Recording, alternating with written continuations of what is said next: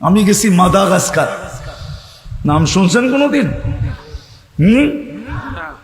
ভারত মহাদেশের ভিতরে, ভারত মহাসাগরের শেষ মাথায় সমুদ্রের ভিতরে একটা দেশ আছে মাদাগাস্কার। বাংলাদেশের 2 থেকে 3 গুণ বড় হবে, একটু লম্বা। তো মাদাগাস্কার, আমি ওইখানের রাজধানী হলো আন্তানানারাভিউ।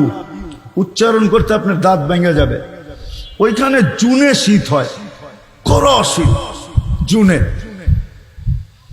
আমাদের তো শীত হয় নভেম্বরে, ডিসেম্বরে, জানুয়ারি, ফেব্রুয়ারি। ওইখানে শীত হয় জুন, জুলাই, এই 2 মাস শীত। তো আমি রাজধানীর মাঝখানে বসা ছিলাম, কম্বল বিলকুল গায়ের ভিতরে দিয়া, শীত কনকনে। তো আমার একজন আসছে যে হুজুর একটা লোক আপনার সাথে দেখা করতে চায়। আমি বলছি ঠিক আছে, নিয়ে আসো। যখন ও আসছে, কথা নাই বার্তা নাই, ও আইসেই আমাকে জড়ায় দেরা হাউমাউ কান্না শুরু করছে। তা আমি বলতেছি, আরে তুমি কাঁদো কেন? কথা তো বলবা, তারপরে না কান্নাকাটি, যা মনে চায় করলা, ঠিক না? হুজুর আমার বাড়ি নরসিংদী, আমি আজকে 20 বছর দূরে এই দেশে, আমার পাসপোর্টও নাই, আর এখানে বাংলাদেশ এমবেসিও নাই, দেশে যাওয়ার কোনো সুযোগ আমার নাই। আমি না মাকে দেখতে পারি, না বাবাকে, না দেশের কোনো মানুষকে। আমি 7 ঘন্টা দূরের থেকে আসছি, ড্রাইভ করে 7 ঘন্টা এখানে পড়ছি। আমি শুনছি আমাদের বাংলাদেশের একজন হুজুর আসছে, আমি ছুটে আসছি, হুজুর আপনার দিলের সাথে একটু বুকের সাথে বুকটা মিলায়া আমি মা বাবা ভাই বোন দেশের মানুষের স্বাদটা একটু অনুভব করতে আমি ছুটে আসছি। এরকম কাহিনী আমি জীবনে বহুতবার পাইছি। আপনারা পান নাই বিধে আপনাদের কাছে অনুভূতি নাই। এজন্য আমি আমার মাটিকেও ভালোবাসি, আমার জাতিকেও ভালোবাসি, আমার ভাষাকেও ভালোবাসি। আমি চিনি আমার দেশ কি, আপনারা চিনেন না এই দেশ কি। আপনাদের কাছে ইতিহাস 200-100 বৎসরের হবে, আমার কাছে এই দেশের ইতিহাস ওই সময়ের থেকে আছে যেই সময় আল্লাহ রসুল হিজরত করেন নাই, মক্কায় বসা ওই সময়ের ইতিহাসও আমার কাছে আছে এই দেশে। ওই সময় 4 সাহাবী বাংলাদেশে চলে আসছে। ওই সাহাবীদের ইসলাম মদিনার সমসাময়িক বাংলাদেশের ইসলাম। আল্লাহ রসুল হিজরত করেন নাই তখন বাংলাদেশের ইসলাম। 4 সাহাবী চলে আসছে, আমি নাম বলতেছি, আবু ওয়াক্কাস, ওহাব ইবনে মালিক, কাসেম ইবনে হুযায়ফা, উরওয়া ইবনে সাসা। 2 জনের কবর এইখান দিয়ে চীনে গেছে, চীনে আছে। 2 জনের কবর ইতিহাস বলে, আমার পড়া বলে, আমার শিক্ষা বলে, আমার নলেজ বলে, এই 2 সাহাবীর কবর এখনো বাংলাদেশের মাটির নিচে আছে। কিন্তু কোথায় আছে আমি জানি না। কাসেম ইবনে হুযায়ফা, উরওয়া ইবনে সাসা, এই 2 জনের কবর বাংলার মাটির নিচে এখনো আছে। আমি তো 1400 বছরের ইতিহাস জানি এই মাটির। এই জন্য আপনাদেরকে ভালোবাসি বিদায় বলি, ওলামাদের পিছে চলতে পারেন না, সঙ্গে চলতে পারেন না, রব্বে কাবার কসম পায়ে হাত রেখা বলি, কোনদিন হক্কানি আলেমদের উপরে আঙ্গুল উঠেন, আঙ্গুল উঠেন না, আঙ্গুল উঠেন না, আঙ্গুল উঠেন, আঙ্গুল উঠেন না, আঙ্গুল উঠেন না। দুনিয়ায় তো শেষ না, আখেরাত আছে। আঙ্গুলও যদি না উঠান, সাথে চলতে পারেন না, আমার বিশ্বাস কিয়ামতের দিন বেঁচে যাবে, পার হয়ে যাবেন। আলেমরা ডানার ভিতরে নিয়ে পার করায় নিয়ে আসবে। কিয়ামতের দিন আলেমদেরকে আল্লাহ সুপারিশের অধিকার দিবে। একজন আলেম 400 জনকে নিয়ে যাবে, একজন হাফেজ 10 জনকে নিয়ে যাবে। আমার হিসাব করা আছে, আমাদের বাগে মাত্র 77 জন পড়ে।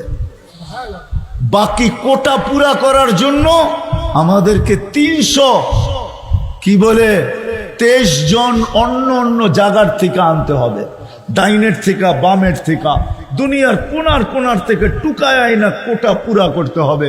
আমার জাতি, আমার ভাগে মাত্র 77 জন পড়ে। যতজন হক্কানি আলেম এই দেশে আছে, করতে পারবেন ইনশাআল্লাহ? আজকের থেকে প্রথম নামাজ ছাড়বো না। ওয়াদা? হক্কানি আলেমদের সাথে চলবো চলতে না পারলে আঙ্গুল উঠাবো না। তিনটা কথা মনে থাকবে ইনশাআল্লাহ। জান্নাত, আল্লাহ এই উম্মতকে জান্নাত দিয়া দিবে। আমি তো বলি উলামারা মানবে না আমার কথা, আমার তো মন বলে, এটা আমার ধারণা আর কি, এটা আমার একটা মনে করেন যে হিসাব নিকাশ। আমার ধারণা যে আল্লাহ কোনো উম্মতকে জান্নাত দিতেই চান নাই, সব আমাগরে দিয়া দিতে চাইছেন। বলবেন এটা আবার কি বললেন? নাইলে 3 ভাগের 2 ভাগই দিয়া দিছে একজনকে। 3 ভাগের সত্য তো? জান্নাতের 2 ভাগের 3 ভাগের 2 ভাগ কারা? উম্মতে মুহাম্মাদি, ঠিক না? এক নবীকে 2 ভাগ দিয়া দিছে, বাকি 1 ভাগ কয়জন রে দিছেন? 1.25 লক্ষ নবী, 312 জন রসুল, 3 জন কিতাবদারি রসুল, 4 জন উলুল আজমে মিনার রসুল, এদেরকে দিছে 1 ভাগ। তো দিছেন কি? আমার মনে হয় এই জন্য দিছেন যেন আঙ্গুল না উঠায় যে একজনই সব দিয়া দিলেন, আমাকে কিচ্ছু দিলেন না। এই জন্য 2 ভাগ দিয়া যা বাকি রয়ে গেছে এই 1.25 লক্ষর আপোষে ভাগ কইরা বলছে তোমরা ভাগ কইরা নেও, কে কতটুকু নিতে পারো। আল্লাহ মনে হয় আমাদেরকেই দিতে চাইছে। এই উম্মতকে আল্লাহ বড় ভালোবাসে। আমরা তো জানি না যে আল্লাহ আমাদেরকে কতটুকু ভালোবাসে। হুজুররা তো যেখানেই যাই খালি ওয়াজ মাহফিল লাগায় বয়া থাকে, নাইলে বয়া থাকে তফসির মাহফিল, না সিরত মাহফিল করে, না শানে রসুল করে, না শানে সাহাবা করে, না শানে ওলামা করে। তাইলে তো কিছু উম্মতকে বুঝানো যায় যে উম্মতে মুহাম্মদীর দাম কত। শানে উম্মতে মুহাম্মদ করেন, নিজেদের দাম জানেন যে আল্লাহ আমাদেরকে কত দাম দিছে। আজকে তো দামই জানে না, এই জন্যই তো সারাদিন ভূগোলের পিছে পয়সা খরচ করতেছে, বাপমার গলায় পাড়া দিয়ে পয়সা নিতেছে যুবকরা। 6 মাস পরে পরে অ্যান্ড্রয়েড সেট। আমি চিনি, আমাকে চিনাইতে হবে না, আমি চিনি। প্রবাসে আমি যাই তো, 2500 লোক মালয়েশিয়ায় কেরা আছে আমি চিনি। যান ওদেরকে জিজ্ঞাসা করেন হুজুরে মালয়েশিয়া আসলে তোকে পিঠে হাত বুলায় কিনা, লয়া বৈশা চোখের পানি ঝরায় কিনা। আমি জানি প্রবাসীদের কি কষ্ট, আমি জানি 2500 লোক যারা প্রবাসে আছে কে কোথায় আছে আমার জানা আছে। আমি বিদেশে গেলে প্রবাসীদের ভিতরেই থাকি, বড় ভালোবাসি আমি এদেরকে। এদের শ্রম দেখলে আমার চোখের পানি চলে আসে।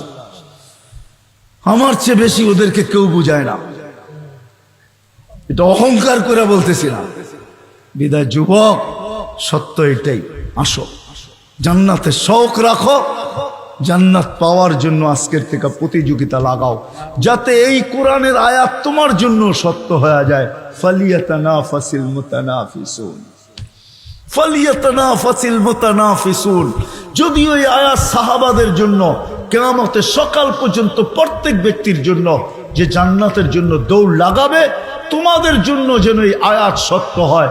আল্লাহ যেন উপর থেকে ফেরেশতাদেরকে বলে, দেখ জান্নাত পাওয়ার জন্য দৌড়ায় কেমনে। আল্লাহ যেন ইশারা দিয়া বলে, দেখ জান্নাত পাওয়ার জন্য দৌড়ায় কেমনে। ও ফেরেশতারা সাক্ষী রাখো, আমার জান্নাত লেখা দিয়া দিলাম। করবো তো? আল্লাহ আমাদেরকে আমল করার তৌফিক দান করেন। ওমা আলাইনা ইল্লাল বালাগ।